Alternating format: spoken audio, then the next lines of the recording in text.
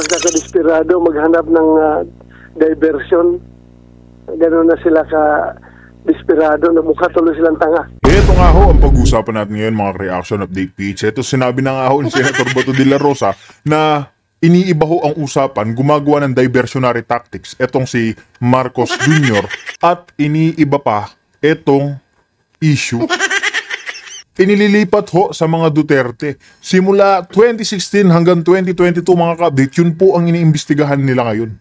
Nasaan ho yung baha? Nasa Cebu. Saan ho sila nag-iimbestiga? Sa Davao City. Diba? Yan po yung mahirap. Kaya ho natatawag na tanga etong ating presidente at bangag. Hindi ho tayo ang nagsabi niyan. Meron lang ho nagsasabi talaga na alam nyo na bangag etong presidente na si Marcos Jr. Isipin mo yung pinangako ho niyang 5,500 flood controls. Kung meron ho nagawa sa mga yan ha, kung nakumpleto mo po ang flood control projects na pinangako niya sa mga Pilipino, wala hong mangyayaring ganyan na disaster diyan sa Cebu. Tapos ngayong week, mga reaction update, ha, ngayong gabi daw ho, tatama, Biyernes ng gabi or mamayang madaling araw ng Sabado, meron na naman pong umpong ho ba yun, yung malaking bagyo, signal number 5 daw po, tatama naman daw ho sa Luzon. Sino po yung nakakaawa? Yung mga Pilipino, yung mga mayayaman ha, magnanakaw ho dyan, wala ho sila nakatunganga, nanonood lang ng balita.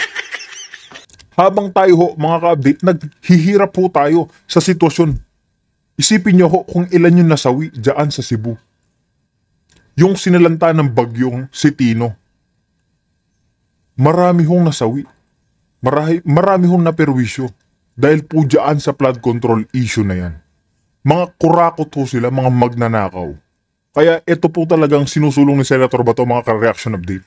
Kung gugustuhin lang po, payag ho akong ipatupad yang bitay dyan sa mga may kasong alam nyo na.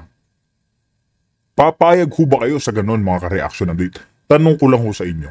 Yung mga nagnanakaw hong politiko dyan sa gobyerno, payag ho ba kayo, mga ka-reaction update, na oras na malaman na sangkot ho sila dyan sa flood control issue, mabitay ho sila. Mag-comment naman ho kayo dyan sa ating comment section, mga ka-reaction update page, para naman ho ating mapag-usapan ito. Kaya mga update, rektahin na ho natin ito. Panoorin, basahin, at mag-reaction ho tayo dito kay Senator Bato kung saan binabalasubas niya ho ang admin ni Marcos Jr. na gumagawa nga ho ng diversionary tactics. Kaya mga update, rekta na ho tayo. Gabi mo nang nanglikuan, gabi mo nang agian gid nga baha. Loy po, loy. Sir, sa Cebu, saan po kayo particular na mga lugar dumalaw ngayong araw? Yung mga badligit nga mga lugar, no? Cebu. Una, pinuntahan natin yung barangay Upaw ng Mandawi. Tapos, diretso tayo sa barangay Kutkot ng Liluan. Barangay Kutkot ng Liluan. Tapos, dumiretso tayo sa barangay Kabadyangan ng Compostela. Tapos, diretso tayo sa Danau. So, bali, 4 na lugar yung pinuntahan natin kanina. Sa inyong pakikipag-usap, sir, sa ating mga kababayan, ano po yung pinaka-urgent need nila na hinihiling sa pamahalaan? Aside from yung pagkain talaga ang pinaka-on. Ayan mga ka-update, isipin nyo, yung marami hong Pilipino, marami po kasing galit dito kay Senator Bato at tinatawag ho siyang, alam nyo na ho yan yung pambabatikos po sa kanya. Ganyan din po kina Senator Robin, lahat po ng mga allies ni Pangulong Duterte. Kung ano-ano yung binabatong salita, masasakit na salita sa kanila, pero hindi ho nila pinapatulan ng mga yan. Tignan nyo ho kung sino yung mga unang tumutulong sa ating mga mamamayang Pilipino. Yun ho ang binabatikos ng mga taong walang alam. 'Di ba? Sila ho yung mga taong unang-unang tumutulong sa ating mga kababayan. Kahit na anong panggigipit ho nila, itong ating mga senador na ito, makikita mo ho yung pagiging Pilipino, yung pagmamahal po nila sa kanilang kapwa at pagseserbisyo ng tama. 'Di ba? Pero etong admin ni Marcos Jr. Puro po papogi sa media. Puro ho papogi dyan sa social media. Turo dito, turo doon. Naakala mo talaga mga ka-reaction update PH, napakaraming alam. Yung pinangako niyang 5,500 flood control, wala hong nangyari. Saan ho napunta? Sa mga bulsa ng mga kawatan na yan. Di ba? Kapatid po ng magnanakaw ang sinungaling. Kaya lahat ho ng pagdi-deny dyan sa mga sangkot sa flood control issue, alam niyo na ho sila. Magkapatid ho yan. Tubig, pagkain, wala silang kuryente, walang ilaw, walang signal. Walang signal. Hirap maguntakan doon. Tapos, ang palaging, halos lahat ng barangay na pinuntahan ko, humihingi sa akin ng bako. Sabi ko, wala man akong dalang bakso ngayon, puro relief goods itong dala ko. Kasi yung debris, yung mga debris doon na nagkalat na gabundok na laki ng mga debris. At saka ang baho pa. Amoy patay ba? Yung sangsang amoy ng patay. Hindi rin masiguro kung patay na hayop o patay na tao. Yung nasa ilalim ng mga debris, kaya hindi man na kayang manumanuhin yung mga debris na napatakuan man, gabundok man. So, humingi sila ng tulong, baka mayroon makapahiram ng bako. Halos yung mga 4 na barangay na pinuntahan ko, yun ang hinihingi. Opo, Sen, sa inyo pong pagpunta doon, hindi, parang nandun din yata si Senator Bongo at iba po niyo mga kasamahan na senador. Kayo po ba magpapatawag, sir, ng pagdinig para ma-fast track itong mga kailangan ng ating mga kababayan, hindi lang po sa Cebu, lahat po ng mga naapektuhan ng Bagyong Tino? Yes, sa ngayon nakatutok tayo dito sa Cebu, pero yun pala, yung ibang kwan pala, yung sa Negros Island region, no, yung particular dong sa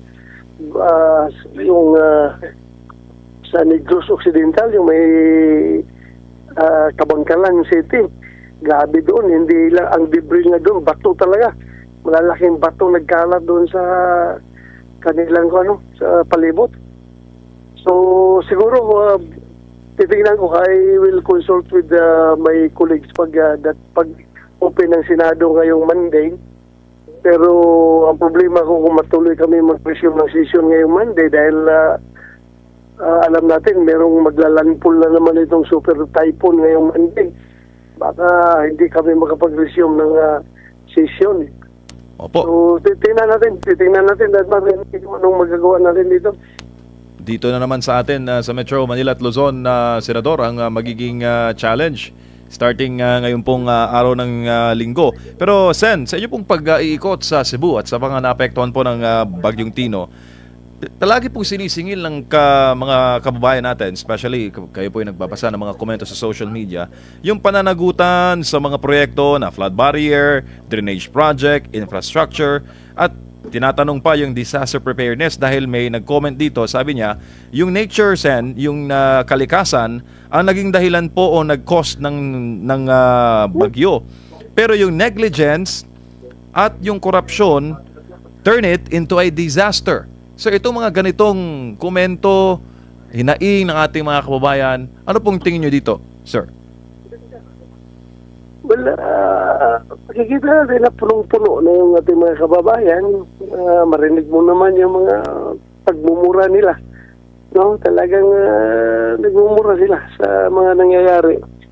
Dahil nga, expected nila na itong mga flood control programs, ito ay makamag-mitigate sa effects ng alam naman talaga natin na there's no 100% guarantee na walang disaster na mangyari. Pero at least, somehow, yung epekto ng climate change ay ma-mitigate through itong mga flood control program na ini-implementa natin gobyerno. Pero kung makita mo, yung flood control na tinamaan,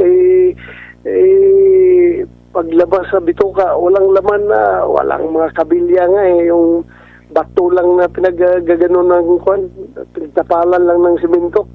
So, imbes na ma-stop sana yung pagragasa ng tubig na na hindi gagawa ng sariling daan yung tubig, mapapasunod sana doon sa normal flow ng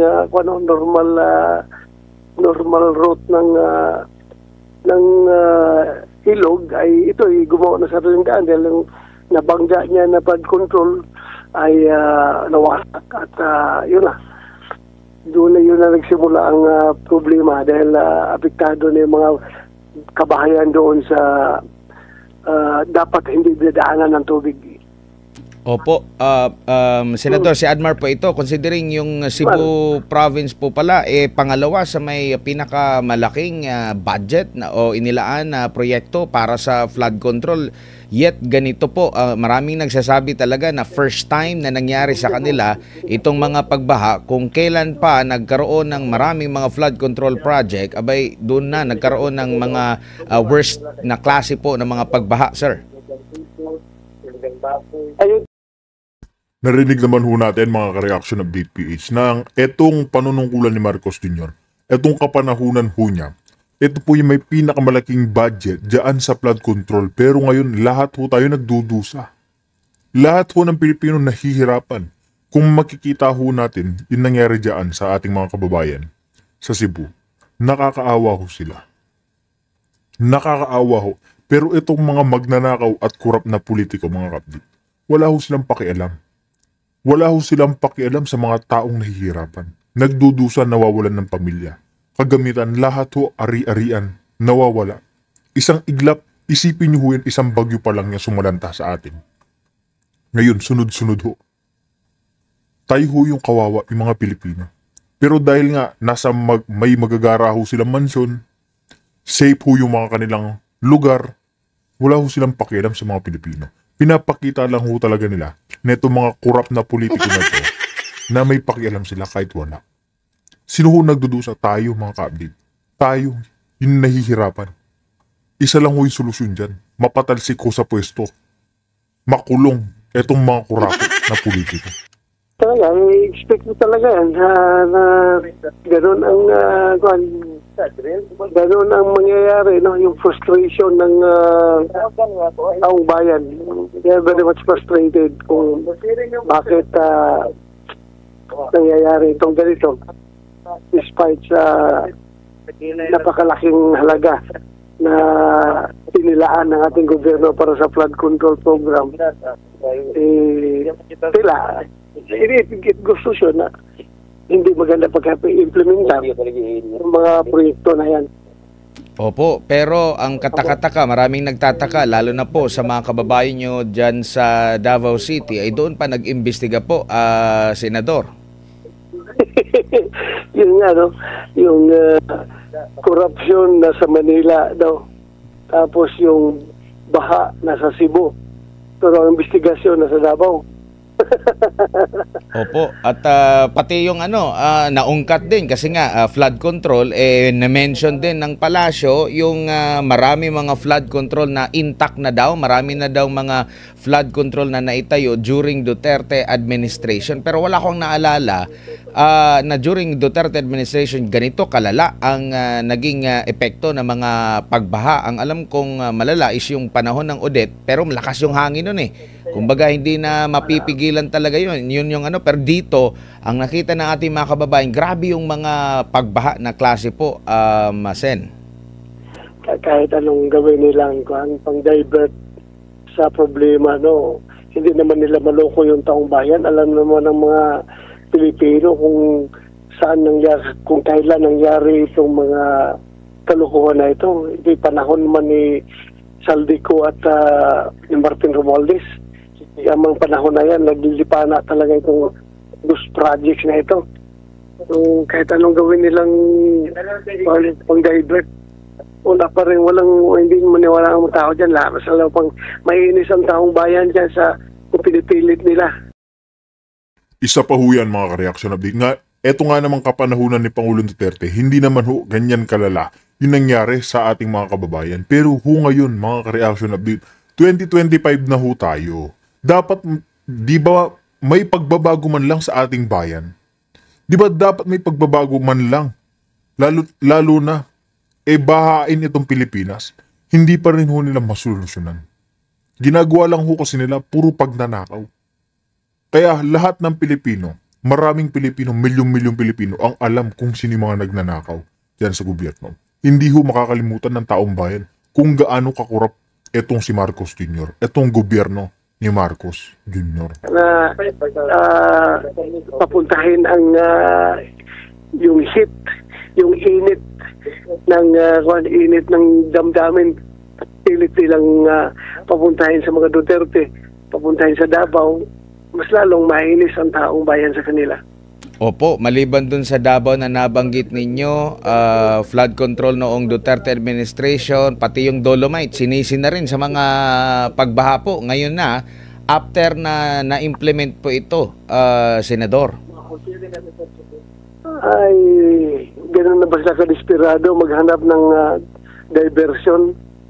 Gano'n na sila ka-desperado na mukha tuloy silang tanga kapag iniisip nila yan. Opo. Dito po sa issue po ng flood control, investigasyon po, marami pong nakaantabay. Kailan po kaya babalik ito at ano po yung possible na aasahan po natin, sir, dyan po sa Senado? Well, kami sa minority, no? Since we are with the minority bloc, naghihintay lang talaga kami kung anong mga hakbangin na gagawin ng majority dahil sila naman may hawak ng mga committee ngayon, sila naman may hawak sa liderato ng Senado, and nakikinig lang kami sa sabi nila na mag-resume daw ng investigation sa 14. Sana matuloy yan yung resumption ng investigation sa 14 at babalik naman daw si Senador Pantino Lacson para maging chairman ng Blue Ribbon Committee. So, titingnan natin. We will still cooperate. We will be actively engaged in that investigation. Dahil kailangan talaga ang role ng minorya dyan sa investigasyon na yan. Opo, Senador, si MJ po ulit. Sir, marami po kasing nahihiwagaan, no, dito sa inyo pong samahan sa mataas na kapulungan ng Kongreso. 24 po kayo, Senator Bato, at kayo po ay nasa minority ngayon. Dati po kayo majority nung iba po ang Senate President. Pero nagtatanong ang mga kababayan natin kung totoo ba talagang intact pa rin ang majority? Kasi alam mo naman, Sen, may sarili po na task force o ilulunsad na investigasyon ng ombudsman yata laban sa dalawang senador na nandoon sa majority, Senators Villar, Camille and Mark. Ito ba'y magkakaroon, sir, ng epekto sa majority? Tingin mo, sir? Depende yan sa pagkuano, depende yan how they treat that threat, kung threat yan sa kanila, yung ginagawang investigation. If sila ay matakot, ay Ito mga reaction update. Tingin ko lang Itong si Villar, dahil madadawit dyan sa anomalya ng flood control, tingin ko magpapabango yan. Ano po ba sinasabi na magpapabango? Pupuriin si Marcos Jr. Kakainin ho yung wet packs niya, didilaan, alam nyo na yan. Para ho hindi ho sila idamay. Yan po yung nakikita nating mangyayari. Kasi panigurado mga ka-update, pupuruhan lang ho ng mga itong mga hinayupak na ito. Sila Senator Marcoleta, sila Gutesa, si Senator Bato, lahat po yung mga nasa minority. Yan po yung pinag-iinitan nila. Di ba? Halata po yung ginagawa nila, yung diversionary tactics nga sinabi ni Senator Bato. Nagmumukha naman ho talaga silang tanga. Malaking katotohanan ho yan. Mukha ho silang tanga sa ginagawa nilang pag-iimbestiga. Mananatili sila dyan sa mayorya. At least, kung mayorya ka, naka-align ka sa Malacanang, baka sakali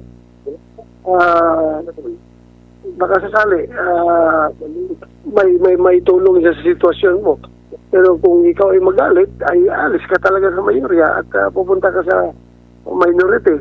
So kung sila ay pupunta sa minority, baka magiging majority na rin kami. Pero nakikita mo, Sen, yung volatility ng sitwasyon ngayon sa inyo dyan sa Senado? Yes, anytime anything can happen. Hindi po ganun ka-stable yung yung majority ng Senado. Hindi po gano'n sila ka-stable. Anytime, pwede may mangyari. Yung namumuang partner Opo, Sen, kapansin-pansin yung mga nasa minority, sila po yung nagiging bida sa mga kaso po. Yun nga. Ewan ko kung coincidence yan or talagang pinagplanuhan. Hindi natin alam. Hindi ba yan perks? Package? sa pagiging minority, Sen, grabe naman yung package niyan. Pero sir, itong nangyayari ngayon sa mga baha, matindi, marami na po, daan-daan na po ng casualty sa Bagyong Tino. Pag binuksan po ulit yung investigasyon sa flood control, makatarungan po ba na Gutierreza pa rin ang topic at hindi itong mga resulta ng dilubyong dala ng Bagyong Tino, Senador? Well, kasi ang significance doon sa kay Gutierreza is that yung talagang nagdawit, no? Kasi noon hanggang Saldico lang ang tinutumbok. Ngayon yung testimonya ni Gutierreza, yung talagang nagdadawit kay dating Speaker Martin Romualdez. So hindi pwedeng ibaliwala yun dahil gusto mo kaya natin matumbok talaga yung mga mastermind. So dapat very important na ma-follow up yung testimonya ni Gutierreza. So at saka yung maraming sinabi ang mga diskaya, no, na mga congressman. Mukhang enjoy yung mga congressman yun. Hindi na napapansin. Tahimik na sila. Samantalang ang focus ng atensyon nandun sa mga senador. Kami na nga nag-imbestiga, ang napupukusan pa sa investigasyon yung mga senador. Anyway, kung may kasalanan yung mga kasamahan ko, ipananagutan nila yan at kaya na lang harapin yan. Pero hindi pwedeng kalimutan yung mga congressman na napakarami nun na binanggit ng Diskaya. Ang binanggit na niya 17. Mabuti kung 17 lang yan, baka mas marami pa. Opo, bumabati po ng magandang gabi sa inyo si Kyoko Sudu, Senador, at tinatanong niya, dahil nabanggit po sa Senado ang pangalan ni former Speaker Romualdez, nakikita niyo po ba yung possibility na maimbitahan ang dating Speaker sa pagdinig?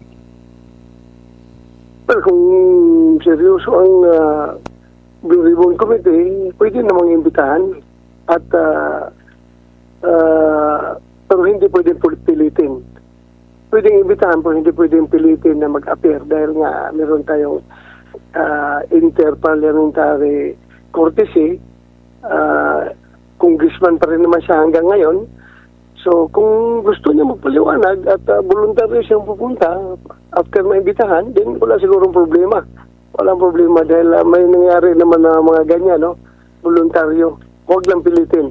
Pero si Saldico ay dapat talagang mapilit itong humarap dahil wala na itong parliamentary courtesy na pwedeng pagmamayabang dahil hindi naman siya senador o resign naman siya.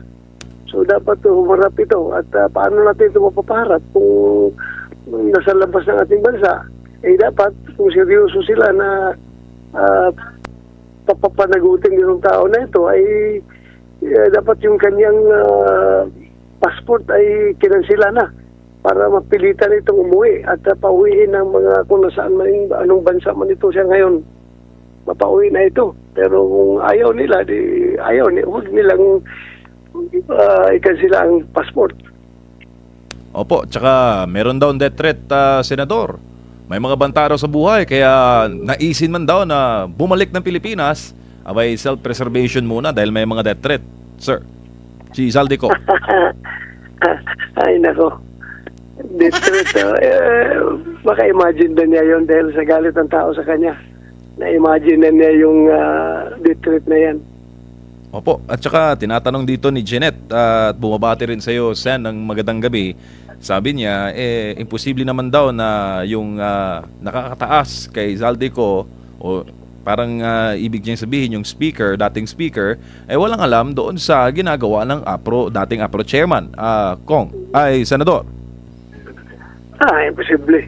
Imposible hindi magkikilos yung chairman kung walang approval ng boss mo. Yung direct boss niya is the speaker. Hindi man niya pwedeng mag-discarte dyan ng sarili niya. O di ba mga reaction update yan, mismong si Senator Bato de la Rosa na nagsasabi na itong si Martin Romualdez imposibleng walang alam diyan sa nangyayaring anomalya sa mga nakawan pamumulitiko. Ito pa, isa si Saldi ko mga reaction update, ayaw ho lang pauwiin yan. Oras na kumanta kasi ho yan mga ka-update, matatawag ho itong si Martin Romualdez. Ayan naman yung pinaka golden boy dito, yung pinoprotektahan ni sino po ba yung pumuprotekta sa kanya? Si Ping Escalera at saka si Iskul Bukol, Tito Soto. Yan mo kasi mga ka-update. Pinoprotektahan ho nila yan dyan sa Blue Ribbon. Tingnan ho natin mga reaction update Panigurado papatawag itong si Martin Romualdez dyan sa Blue Ribbon pero gagawin ho nilang state witness. Yan po yung nakikita nating isang motibo na gagawin netong kampo ni Marcos Jr. Hindi ho makukulong yan, napaka-imposible ho. Kaya mga reaction update, magkomento naman ho kayo sa mga naging opinion nyo, reaction patungkol dito sa anomalya, diversionary tactics netong si Marcos Jr. Kaya mga reaction update, dito na ho natin tatapusin ang ating reaction video.